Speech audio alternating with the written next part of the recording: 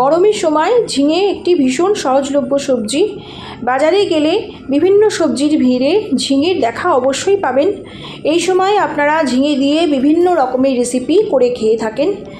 আজ আমি নিয়ে এসেছি ঝিঙের একটি নতুন রকম রেসিপি। জানি না এই রেসিপিটা আপনারা কেউ করে খেয়েছেন কি না। নমস্কার বন্ধুরা, সুদীপার রকমারি চ্যানেলে সবাইকে স্বাগত। আজ আমি নিয়ে এসেছি ঝিঙের দোলমা। এর জন্য আমি ঝিঙে নিয়েছি। দেখুন, ঝিঙেটাকে ভালো করে ধুয়ে এইভাবে একটু বড় সাইজের করে প্রথমে কেটে নেব। প্রতিটা ঝিঙেকে এইভাবে কেটে নিচ্ছি। ঝিঙেগুলো কেটে নিয়ে এবার খোসাটা ছাড়িয়ে নিচ্ছি। আমি ছুরির সাহায্যে খোসাটা ছাড়িয়েছি, আপনারা ইচ্ছে করলে বটি দিয়েও ছাড়িয়ে নিতে পারেন। যে যেমন সুবিধা সেভাবেই ছাড়িয়ে নেবেন। ঝিঙের খোসাগুলো ছাড়ানো হয়ে গেলে এবার দেখুন ছাড়িয়ে নেওয়া হয়ে গেছে। এবার আমি চামচ দিয়ে ঝিঙের বীজগুলো এইভাবে বার করে নেব। চামচের উল্টো পিঠটা দিয়েই ঝিঙের বীজগুলো বার করতে সুবিধা হবে। দেখুন এইভাবে চামচের উল্টো পিঠটা দিয়ে ঝিঙের বীজগুলো বার করে নেব।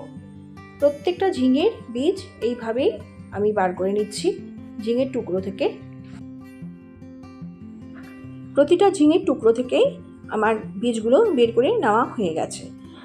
দেখুন এইভাবে যেমন করে পটলের দোলমা করে সেভাবেই আমি বের করে নিয়েছি। এবার কিছু উপকরণ আমি এখানে নিয়েছি আমার হাতে 2 মুঠ ছোলার ডাল। এটা আমি 2 ঘন্টা মতো ভিজিয়ে রেখেছি। আর নিয়েছি সেদ্ধ 2টো আলু, আদা 2 ইঞ্চি আর কাঁচা লঙ্কা। প্রথমে আমি আদা কাঁচা লঙ্কার সাথে ছোলার ডালটা বেটে নেব। বাটাটা কিন্তু খুব বেশি পাতলা করা যাবে না, হালকা জল দিয়ে বা জল না দিয়েই এটা বেটে নিতে হবে। শিলপাটায় বাটলেই ভালো হয়, মিক্সিতে বাটলে একদম শুকনো করে বেটে নিতে হবে। আর আধ বাটা করতে হবে, একদম মিহি করা যাবে না।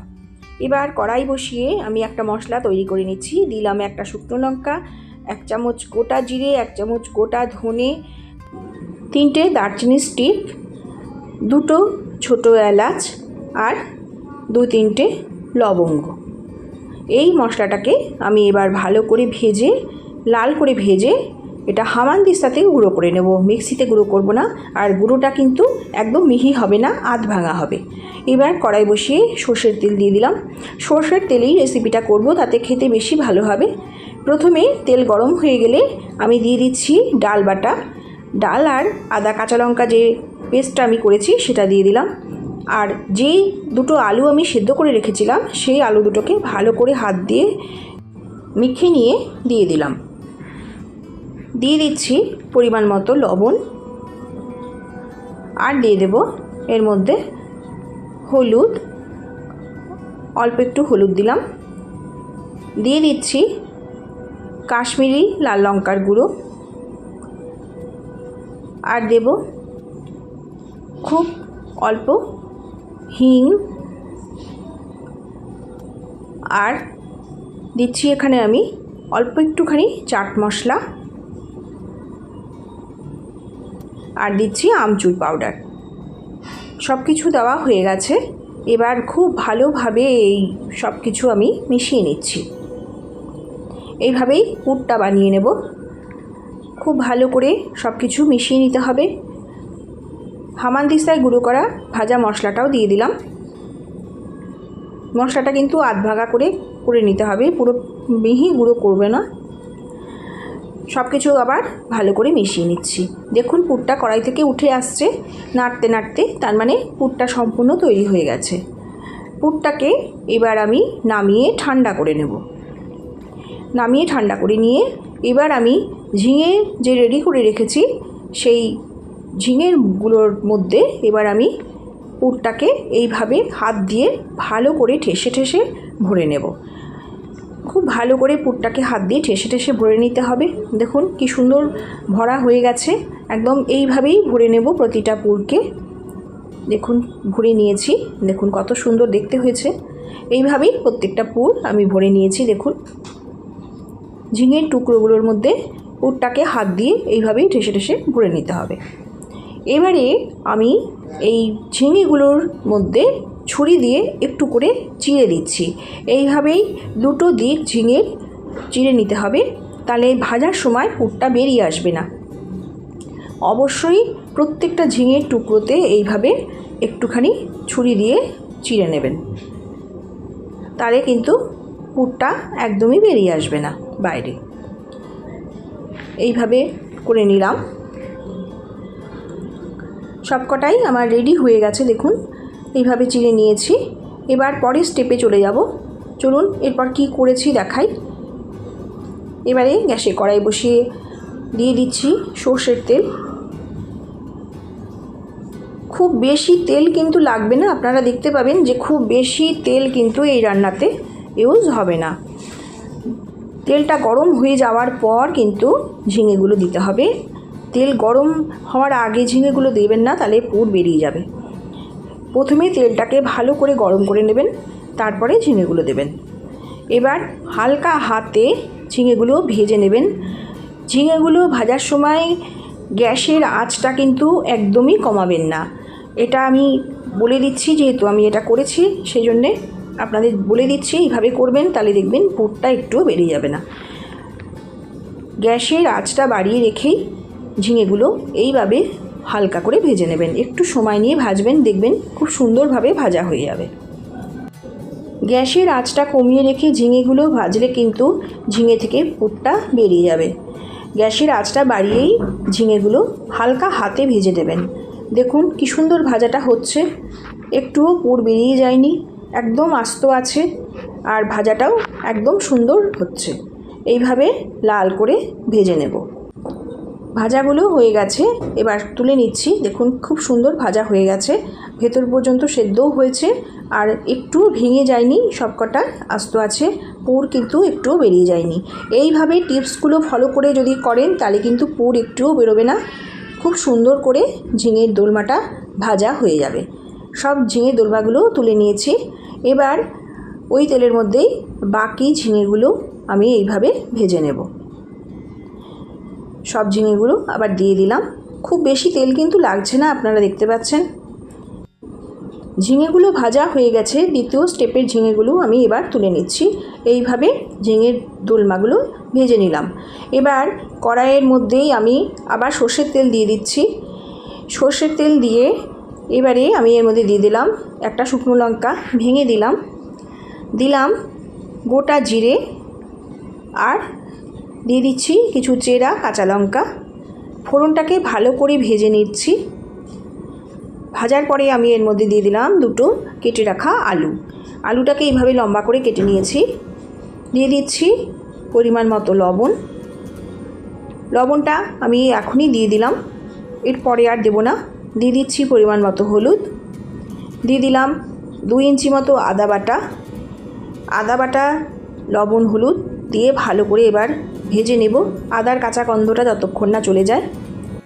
দেখুন আদাটা লাল করে ভাজা হয়ে গেছে মশলার সাথে।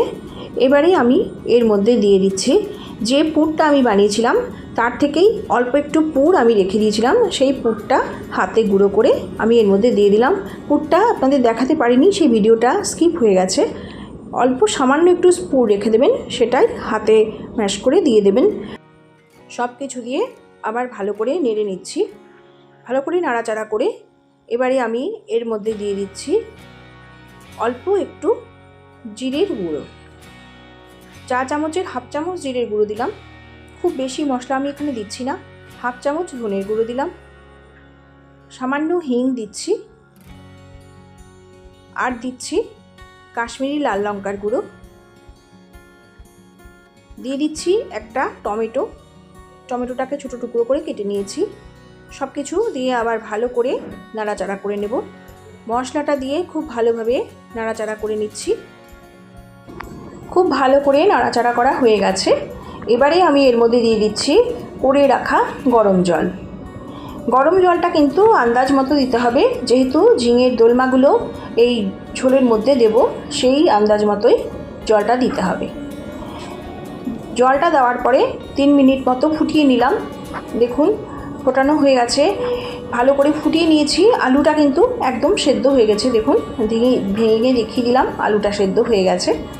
এই পর্যায়ে আমি এর মধ্যে দিয়ে দিয়েছি সামান্য গরম মশলার গুঁড়ো, যেটা স্কিপ হয়ে গেছে, সেটা আপনাদের দেখাতে পারলাম না ভিডিওটা। দিয়ে দিচ্ছি সামান্য চিনি আর অল্প একটু ঘি। সব দেওয়া হয়ে গেছে। ভালো করে এবার নাড়াচাড়া করে নেব। রেসিপিটা আমার সম্পূর্ণ তৈরি। ভালো করে নাড়াচাড়া করে নিচ্ছি ঘি দিয়ে। দেখুন কি সুন্দর কালারটা এসেছে ঝোলটার। আর ঝোলটা কিন্তু এইরকমই রাখতে হবে। গ্যাসটা অফ করে দিয়ে এইবারে আমি দিয়ে দিচ্ছি ঝিঙের দোলমাগুলো। অবশ্যই গ্যাসটা অফ করে তারপরে ঝিঙের দোলমাগুলো দেবেন। ঝিঙের দোলমাগুলো দিয়ে কখনোই ঝোলে ফুটাবেন না, তাহলে ভেঙে যাবে। এইভাবে ঝিঙের দোলমাগুলো সবকটাই আমি দিয়ে দিলাম ঝোলের মধ্যে ডুবিয়ে। প্রতিটা ঝিঙের দোলমা এবার ঝোলের মধ্যে চুবিয়ে দিতে হবে, যাতে ঝোলটা দোলমার মধ্যে পুরোটাই ঢুকে যায়। খুন্তি দিয়ে আমি ডুবিয়ে দিচ্ছি। দেখুন ঝোলের মধ্যে দোলমাগুলো, ঝোলটা যাতে ঝিঙে দোলমার মধ্যে ঢুকে যায় সেইভাবে ডুবিয়ে দিতে হবে। সব ডুবিয়ে দিয়েছি। এবারে আমি কিছুটা সময় রেস্টে রেখে দেব ঢাকনা দিয়ে ঢেকে। রেসিপিটা আমার সম্পূর্ণ রেডি হয়ে গেছে। দেখুন এবার কিছুক্ষণের জন্যে ঢাকনা দিয়ে ঢেকে রেস্টে রেখে দিলাম। ফিরে এলাম 5 মিনিট বাদে। দেখুন কি সুন্দর সমস্ত ঝোলটা ঝিঙের দোলমার মধ্যে ঢুকে গেলে কি সুন্দর দেখতে হয়েছে। একটুও ভেঙে যায়নি, আস্ত রয়েছে আর দুর্দান্ত দেখতে হয়েছে। যেমন দুর্দান্ত দেখতে তেমনি দুর্দান্ত খেতে। ভীষণ সুন্দর এই ঝিঙের দোলমা। আপনারা ঝিঙের বিভিন্ন রকমের রেসিপি করে খান, খেতে খেতে যদি একঘেয়ে হয়ে যায় তবে এইভাবে ঝিঙের দোলমা বানিয়ে খাবেন, দুর্দান্ত লাগবে। ভীষণ সুন্দর নিরামিষ এই রেসিপিটি আমি আজকে আপনাদের কাছে শেয়ার করলাম। আপনারা এই রকমভাবে ঝিঙের দোলমা বানিয়ে খেয়ে আমাকে কমেন্টের মাধ্যমে জানিয়ে যাবেন কেমন লাগলো। এই রেসিপিটি আমি খাওয়ার পরেই ভয়েস দিচ্ছি, সেই জন্যে আমি জানি কতটা সুন্দর খেতে হয়েছে।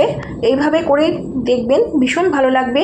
টিপস সহ পুরো রেসিপিটা দেখলেই বুঝতে পারবেন কীরকমভাবে করলাম, নাহলে কিন্তু বুঝতে পারবেন না। আমার এই রেসিপিটির সাথে এতক্ষণ ধরে যেসব বন্ধুরা ধৈর্য ধরে রয়েছেন তাদের জন্য জানাই অসংখ্য ধন্যবাদ। আমার প্রত্যেক বন্ধুদের জন্যই রইল অসংখ্য ধন্যবাদ, শুভকামনা, ভালোবাসা। আমি আবারও একটি নতুন রেসিপি নিয়ে আপনাদের কাছে চলে আসব। সবাই ভালো থাকবেন। নমস্কার।